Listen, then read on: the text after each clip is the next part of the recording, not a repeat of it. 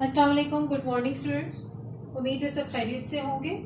आज हम पढ़ेंगे हरूफ तहजी बे से कौन कौन से अल्फाज बनते हैं। जैसे कि आपको यहाँ पर बे से बंदर और बिस्तर की तस्वीर नजर आ रही है। बंदर और बिस्तर किस हरूफ तहजी से बनते हैं? बे से। बे से बंदर, बे से बिस्तर, बे से बंदर, बे से बिस्तर। इसी तरह हम पढ़ेंगे हरूफ तहजी पे से कौन कौन से अल्फाज बनते हैं। यहाँ पर आपको पेंसिल और पतंग, पत्ते की तस्वीर दी गई है। पेंसिल, पतंग और पत्ता किस हरूफ तहजी से बनता है? पे से।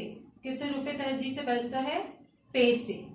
पे से पेंसिल, पे से पतंग, पे से पत्ता, पे से पेंसिल, पे से पतंग, पे से पत्ता।